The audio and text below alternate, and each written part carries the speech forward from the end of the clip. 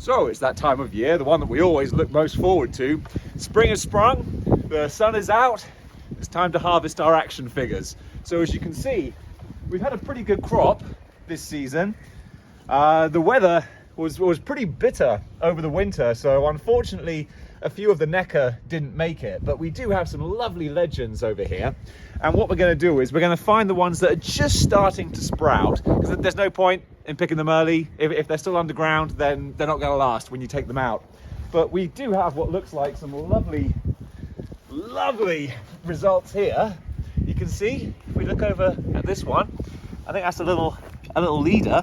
See, I planted some seeds from a wave a couple of years ago. Oh, look at that. Yeah, that's come up lovely. A lovely green hue. It's because it's a very rich soil.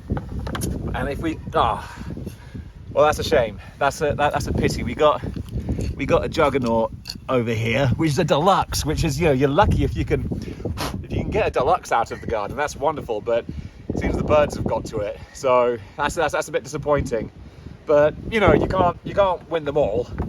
Now over here, unfortunately, I tried to purge as many of these as I could do, but there's still some cannonballs in the soil, so that can go on the compost. Don't really need that one. Now this is surprising. Actually, we got over here a select, which is not Marvel Legends, as well you know, but what often happens is they grow selects over in that field over there, and what will happen is if you get the breeze come over, they're going to cross-pollinate. You wind up with a few selects in your basket. You got a nice little Thunderstrike over here. It's not that popular, but a few connoisseurs, they're actually quite keen on these, so that's not a bad one to have. Now, a lot of folks, they try growing mezcos. If you try growing mezcos too soon, they're not going to last, because it takes a lot of work and knowledge to grow mezcos. They're not easy to maintain, very, very fragile, not as bad as NECAs, but honestly, Marvel Legends, they'll grow anywhere. Absolutely. These things are hardy. They're hardy little action figures. Got to be careful. You've got to get down to the root, otherwise you might pull a leg off. There you go. So we've recently had quite a lot of frost and snow, and they fared rather well. We have. Well, that's why you plant legends, you see, because legends, they'll grow anywhere, any weather, you name it. Absolutely fantastic. Look at this. Even got a big old deluxe. Look at that. That's whole. That's complete.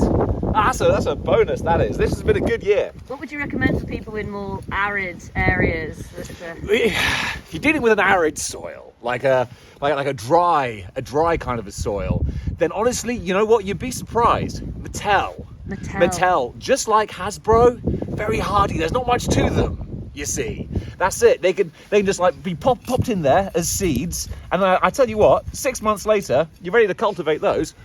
Look at that. Look at the way the sun shines through that. Beautiful. It is. It's lovely, that. I'm dreadful at overwatering, though. Well, that's a problem. That's a problem, you see, because what's going to happen is the water's going to get in the joints. And that's going to be a real shame. Yeah. Because you might be able to sell them on eBay, possibly, to someone who doesn't really know what they're looking for. But a connoisseur is going to spot water damage. Right. Going to spot water damage in a heartbeat. Absolutely. So you've got to know what you're doing. Unfortunately, there's a lot of cowboys.